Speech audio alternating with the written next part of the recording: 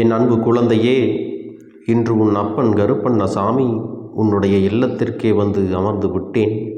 என் செல்ல குழந்தையே, நான் உன் இல்லத்திற்கு வந்து அமர்ந்து விட்ட பிறகும் நீ என் வாக்கினை கேட்காமல் செல்வாயா? நிச்சயமாக சென்றுவிட மாட்டாய் என்ற நம்பிக்கையில்தான் உன் அப்பன் இப்பொழுது உன்னோடு பேச வந்திருக்கின்றேன். என் குழந்தையே, உன் வாழ்க்கையில் உன்னை சுற்றி நடக்கின்ற ஒரு விஷயத்தை பற்றி நீ இன்னமும் உணராமல் நின்று கொண்டிருக்கிறாய். பல கஷ்டங்களிலிருந்து உன்னை காத்த இந்த கருப்பன் இன்று இந்த செய்தியை உன்னிடத்தில் சொல்லிவிட வேண்டும் என்றுதான் இந்த நேரத்திலே உன்னை தேடி வந்திருக்கின்றேன். என் பிள்ளையே, உன்னுடைய குடும்பத்தை சுற்றிலும் ஒரு சதி நடந்து கொண்டிருக்கிறது. இந்த சதியை செய்கின்றவர் வேறு எங்கும் இல்லை, உன்னுடைய குடும்பத்திற்கு மிகவும் அருகாமையில்தான் இருந்து கொண்டிருக்கிறார். எத்தனை நாட்களும் அவர்கள் நல்லவர்கள் போல உன்னிடத்திலே நடித்து கொண்டிருந்தார்கள். இப்பொழுது அவர்களுடைய வேலையை உன்னுடைய குடும்பத்தின் மீது திசை திருப்பி விட்டிருக்கிறார்கள்.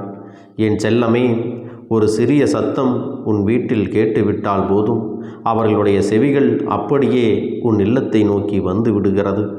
ஒரு சிறு வார்த்தை கிடைத்துவிட்டால் கூட அதை திரித்து பலவிதமாக பேசுவதற்கு தயாராகவும் இருக்கின்றார்கள். இப்பேற்பட்ட மனநிலையோடு உன்னுடைய இல்லத்திற்கு அருகில் இருக்கின்ற ஒரு பெண்மணியை நீ இந்த நேரத்தில் அடையாளம் கண்டுகொள்ள வேண்டும். என் அன்பு குழந்தையே, கொஞ்சம் குள்ளமான உயரம், அவர்கள் பேசுகின்ற வார்த்தைகள் எல்லாமே நமக்கு அவர்கள் நம் மீது அன்பானவர்கள், நம் மீது உரிமையோடு பேசக்கூடியவர்கள் என்பதைப் போல ஒரு எண்ணத்தை உருவாக்கி விடுவார்கள். ஆனால் மற்றவர்களிடத்திலோ உன்னை பற்றி தவறாக பேசுவதுதான் அவர்களின் வேலையாக இருக்கிறது.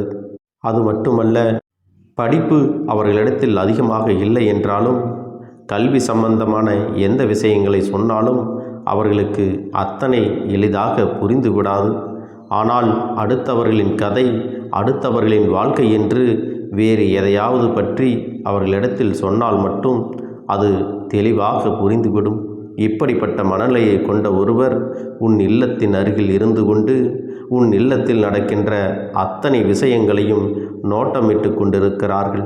அது மட்டுமல்ல, ஒருவரை பற்றி இன்னொருவரிடமெல்லாம் கதையாக அளந்து பேசுவதில் வல்லவராகவும் இருந்து கொண்டிருக்கிறார். அப்பனே, அவர்கள் அப்படி பேசுவதற்கு நான் என்ன செய்ய முடியும் என்று நினைக்கிறாய் அல்லவா? என் அன்பு குழந்தையே, அவர்கள் இல்லத்திலிருந்து அவர்கள் நடத்துகின்ற இந்த நாடகத்தை எல்லாம் நாம் எப்படி கண்டுகொள்ள முடியும், நாம் எப்படி இதையெல்லாம் சமாளிக்க முடியும் என்று நீ நினைக்கிறாய் அல்லவா? என் செல்லமே, முதலில் ஒரு விஷயத்தை தெளிவாக நீ புரிந்து கொள்ள வேண்டும். குடும்பத்திற்குள் நடக்கின்ற ஒரு விஷயத்தை ஒரு நாளும் அருகில் இருப்பவர்கள் கேட்கும்படி நீங்கள் பேசிவிடக்கூடாது. நம் குடும்பத்தில் நடக்கின்ற விஷயம் வெளியில் தெரிந்துவிட்டது என்றால் கண், காது, மூக்கு வைத்து ஒவ்வொருவரும் அவரது மனநிலைக்கு ஏற்றவாறு அந்த கதைகளை திருத்தி பேசி கொண்டிருப்பார்கள். அதன் பிறகு உன்னால் எதுவுமே செய்துவிட முடியாது. அதனால் விஷயத்தை வெளியில் விடாமல் பார்த்து கொள்வதுதான் உனக்கு மிகவும் நல்லது என்பதை நீ புரிந்து கொண்டால் போதும். என் செல்ல பிள்ளையே, அதற்காக நீ என்ன செய்ய முடியும் என்று கேட்டால், இனிமேலாவது உன்னுடைய குடும்பத்தில் இருக்கின்ற எந்த விஷயங்களை பற்றி நீங்கள் பேசினாலும் அக்கம் பக்கத்தில் உள்ளவர்களின் காதுகளுக்கு எட்டிவிடாதபடி சற்று அமைதியாக பேச வேண்டும். கோபம் வந்தால்தான் சத்தம் அதிகரிக்கும் அல்லவா? அதனால் எந்த விஷயத்தை பேசும்போதும் பொறுமையோடு கையாள வேண்டும். அது உங்களுடைய வீட்டில் இருப்பவர்களுக்கும் நல்லது, உனக்கும் நல்லது என்பதை புரிந்து கொள்ள வேண்டும். ஆனால் இன்னும் சிலர் இங்கே என்ன செய்கிறார்கள் தெரியுமா?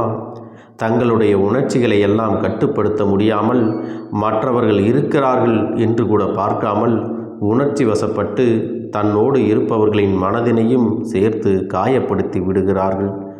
எந்த இடத்தில் எப்படி பேச வேண்டும், என்ன பேச வேண்டும் என்கின்ற இங்கிதம் கூட இல்லாமல் தன் நிலை மறந்து வாயில் வந்ததையெல்லாம் படபடவென பேசிவிடுகிறார்கள்.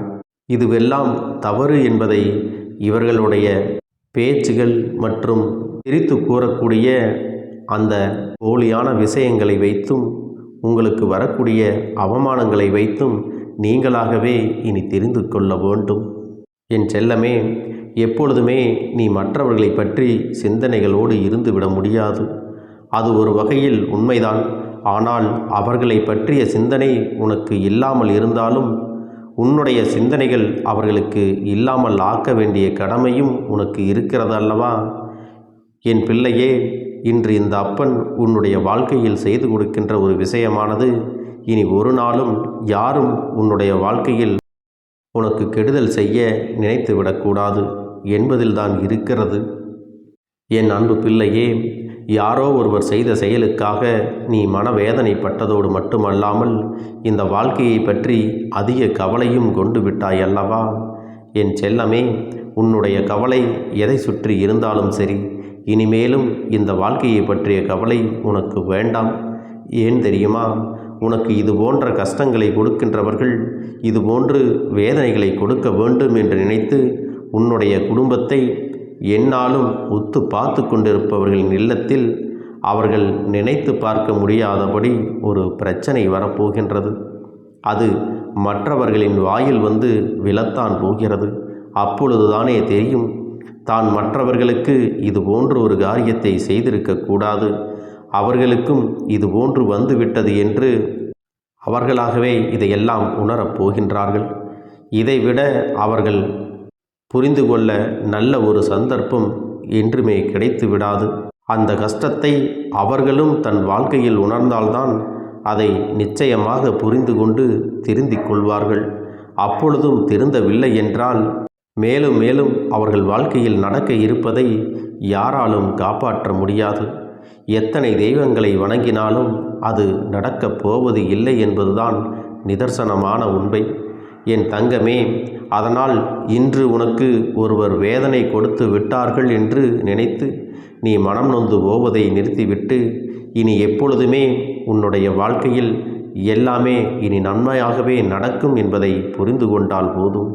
என் செல்ல பிள்ளையே, உனக்கு சோதனைகள் இருக்கிறது என்று எண்ணுகின்றாயா? எங்கெல்லாம் உன்னை சுற்றி தீய மனிதர்கள் இருக்கின்றார்கள் என்று நினைக்கின்றாயா? அங்கெல்லாம் நீ எந்தவித கஷ்டங்களையும் அனுபவிக்காமல் வெளியில் வருவது எப்படி என்றுதான் சிந்திக்க வேண்டும்.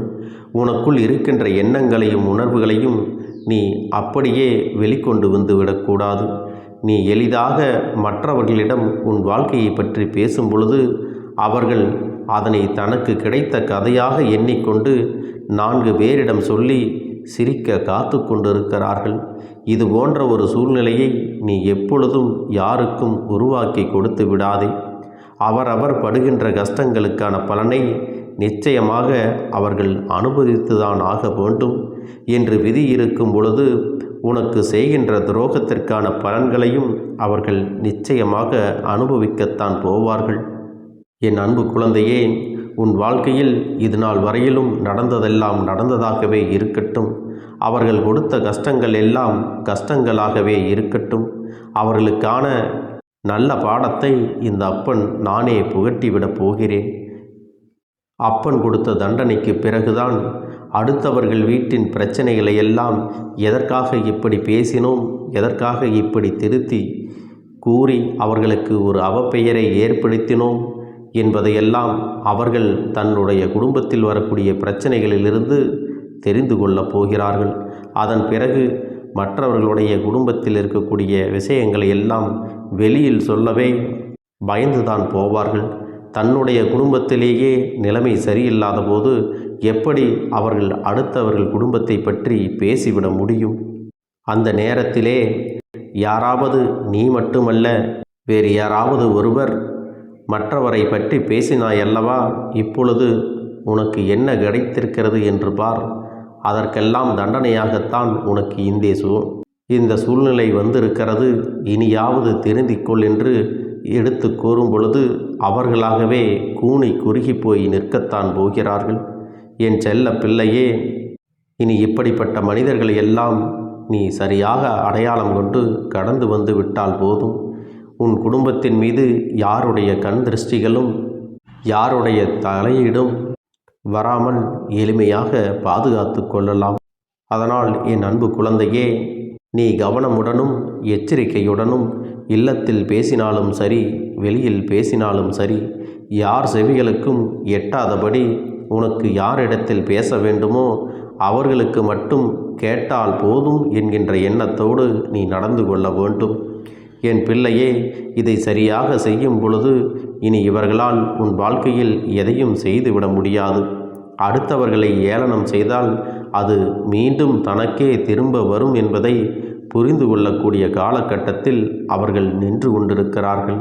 இனி ஒருபொழுதும் உன்னுடைய வாழ்க்கையை பற்றி பேசிவிடாதபடி இந்த அப்பன் ஒரு தண்டனையை கொடுத்துவிடப் போகிறேன். அதனால் என் அன்பு பிள்ளையே, நீ தைரியமோடு இனி உன் வாழ்க்கையை நம்பிக்கையோடு வாழ பழகு. என் தங்க பிள்ளைக்கு இந்த கருப்பண்ணசாமியின் ஆசீர்வாதங்களும் அன்பும் துணையும் என்றென்றைக்கும் முழுமையாக கிடைத்து கொண்டே இருக்கும்.